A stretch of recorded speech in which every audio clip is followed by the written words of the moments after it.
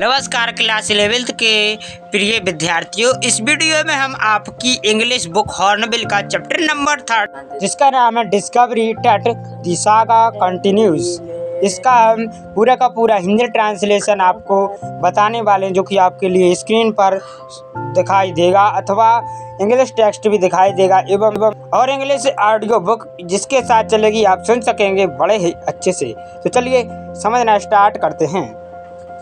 Page 22, Chapter 3, Discovering Tut, The Saga Continues, by A.R. Williams. Notice these expressions in the text. Infer their meaning from the context. 1. Forensic reconstruction. 2. Scudded across. 3. Casket grey. 4. Resurrection. 5. Funerary treasures. 6. Circumvented. 7. Computed tomography. 8. Eerie detail. Now the text.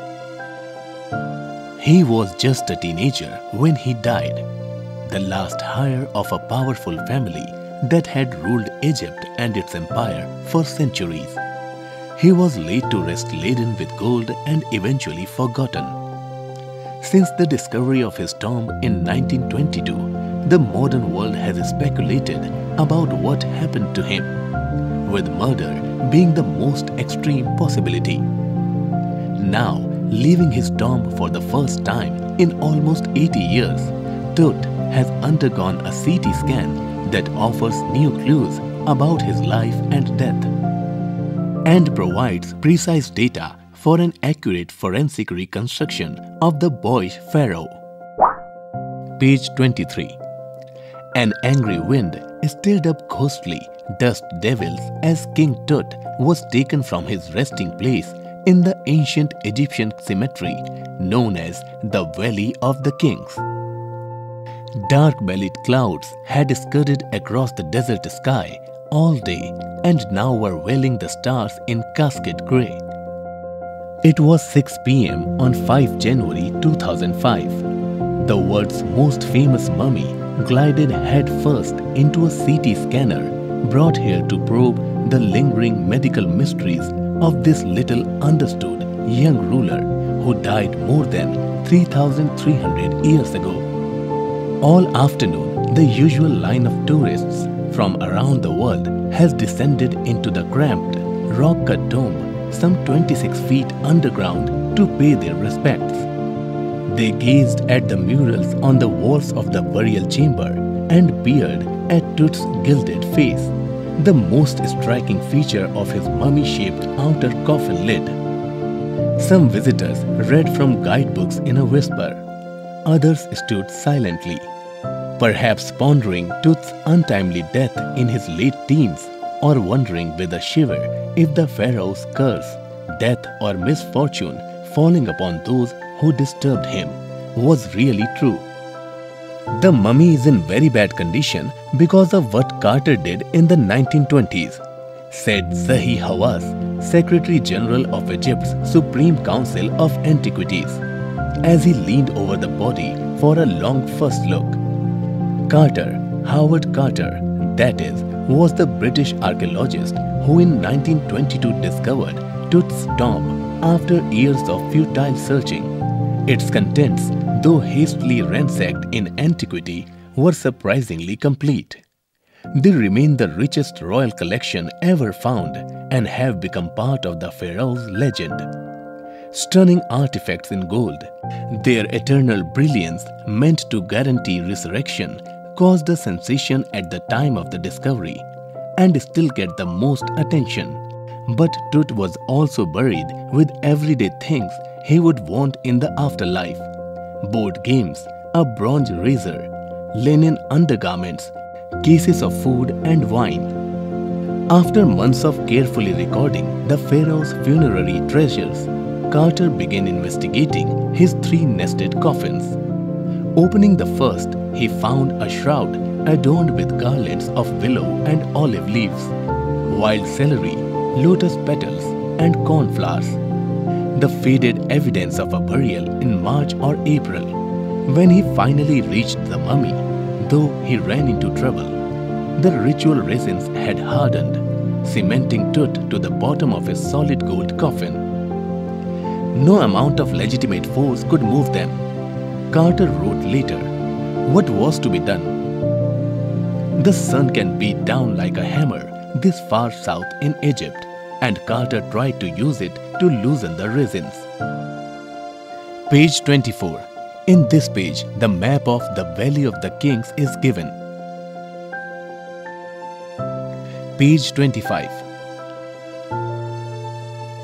For several hours, he set the mummy outside in blazing sunshine that heated it to 149 degrees Fahrenheit. Nothing budged. He reported with scientific detachment that the consolidated material had to be chiseled away from beneath the limbs and drunk before it was possible to raise the king's remains. In his defense, Carter really had little choice. If he hadn't cut the mummy free, thieves most certainly would have circumvented the guards and ripped it apart to remove the gold. In Tut's time, the royals were fabulously wealthy, and they thought or hoped they could take their riches with them. For his journey to the great beyond, King Tut was lavished with glittering goods, precious collars, inlaid necklaces and bracelets, rings, amulets, a ceremonial apron, sandals, sheaths for his fingers and toes, and the now iconic inner coffin and mask, all of pure gold. To separate Tut from his adornments, Carter's men removed the mummy's head and severed nearly every major joint. Once they had finished, they reassembled the remains on a layer of sand in a wooden box with padding that concealed the damage. The bed where Tut now rests. Archaeology has changed substantially in the intervening decades, focusing less on treasure and more on the fascinating details of life and intriguing mysteries of death. It also uses more sophisticated tools, including medical technology. In 1968, more than 40 years after Carter's discovery, an anatomy professor X-rayed the mummy and revealed a startling fact. Beneath the resin that cakes his chest, his breastbone and front ribs are missing. Today, diagnostic imaging can be done with computed tomography or CT, by which hundreds of X-rays in cross-section are put together like slices of bread to create a three-dimensional virtual body. What more would a CT scan reveal of Tut than the X-ray? And could it answer two of the biggest questions still lingering about him? How did he die?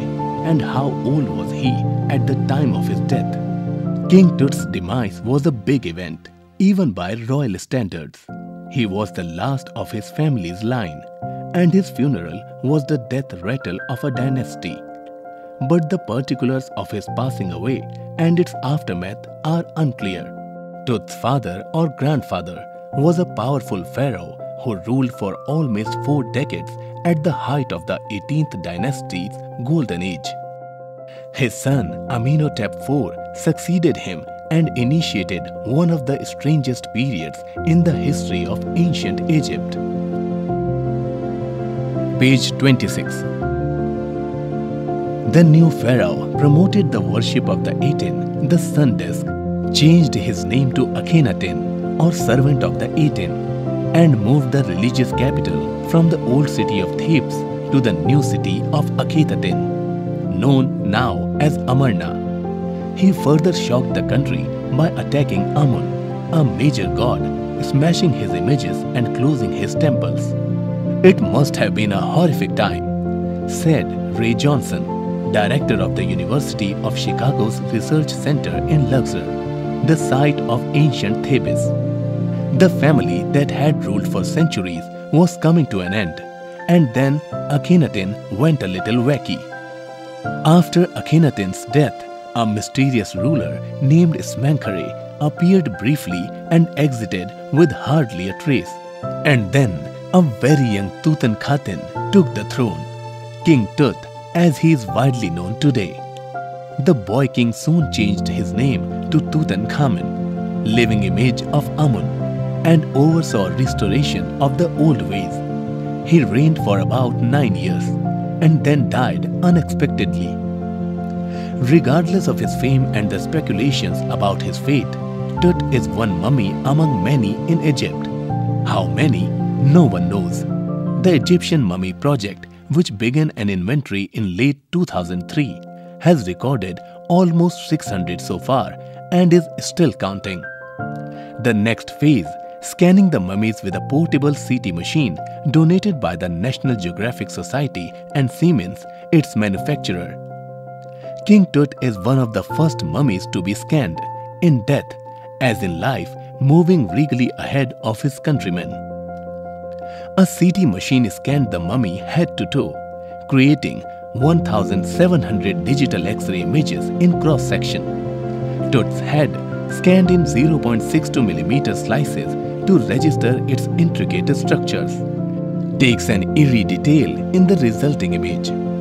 With Tut's entire body similarly recorded, a team of specialists in radiology, forensics and anatomy begin to probe the secrets that the winged goddesses of a gilded burial shrine protected for so long. The night of the scan, workmen carried Tut from the tomb in his box. Like pallbearers, they climbed a ramp and a flight of stairs into the swirling sand outside, then rose on a hydraulic lift into the trailer that held the scanner. 20 minutes later, 2 men emerged, sprinted for an office nearby, and returned with a pair of white plastic fans. The $1 million scanner had quit because of sand in a cooler fan. Curse of the Pharaoh, joked a guard nervously. Page 27. Eventually, the substitute fans worked well enough to finish the procedure. After checking that no data had been lost, the technicians turned Tut over to the workmen, who carried him back to his tomb. Less than 3 hours after he was removed from his coffin, the pharaoh again rested in peace where the funerary priests had laid him so long ago. Back in the trailer, a technician pulled up astonishing images of Tut on a computer screen.